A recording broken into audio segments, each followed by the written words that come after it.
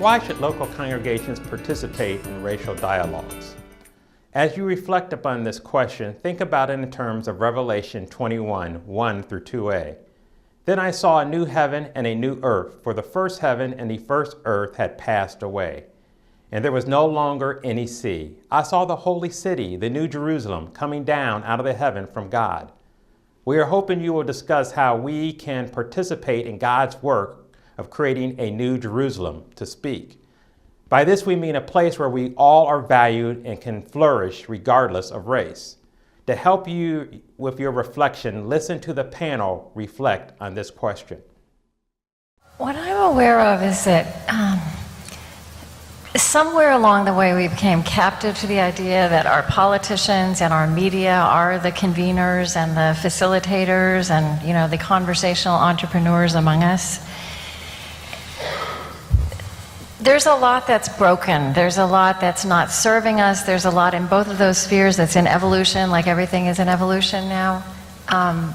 We have to start having the conversations we want to be hearing. The big challenges we have to take up, the things we need to name, the relationships we need to build, are too urgent to wait for politics to change, or media at its worst to change, or religion at its worst to change. And we have to create alternative spaces. I think churches, we don't have to create them, they are there, right? And this is a wonderful calling, 21st century calling, for seminaries and churches to be those spaces, again, where we just go ahead and we start having the conversations we want to be hearing, and that we know we need. As I said, we need to begin dialoguing about this, but we also need to be able to focus on what do we need to do as a church to change hearts, because changed hearts lead to changed systems. And we need to build relationships. We need to have dialogues like this. We need to continue to break barriers and build bridges across racial lines and build relationship. But at some point, the talking must turn to transformation of the heart, and then the transformation of the heart must carry into institutions in which racism, oppression, and marginalization takes place. If you have changed hearts that act, you can have changed systems. I really believe, and I'm so glad we're here, because the United Methodist Church obviously has been wrought with a bad racial history over the years. Our churches have split over race, all of that. I really believe that our institutions need to turn our faces to the Jerusalems of the world. In particular, Ferguson is just a microcosm of what's happening in a whole lot of communities, and that's happening because aspects of the private industry, aspects of government, aspects of the public sector, like the church, have literally turned away from people who are marginalized. And as a result, we get Fergusons, we get New York Cities, we get Chicagos, we get Oklahomas, because collectively we've turned our face away from the very people and communities that Jesus, in this Lenten season, turned his face to. And we wonder why our churches are dying and why 83% of the population doesn't even go to a church, mosque, or synagogue on the weekend. Is because the people are waiting for the faith community to be relevant to their everyday reality. And as we push ourselves and push people through the relationship building to change hearts, then systems can be changed to prevent these things from happening. Rachel and Tom, Michelle raised something that I have wondered myself, and I wonder if you have ever heard this in either of your congregations, and for that matter, anybody. And that is maybe the latent anxiety that many white people feel about a country that they look around and hear over and over again is not going to be a majority white country any longer. And they see the rise of Hispanic populations in our politics, and they see the politicians, the political dynamic changing. But they look around, and I think this may be more true maybe of older folks, is are they looking around and saying there's something that's not right here? And coupled with an African American president, they say, what's happening to my country? Have you ever heard that explicitly? I mean, I don't know that in the circles I travel I have, but I feel like it's out there. I always like it when you go first.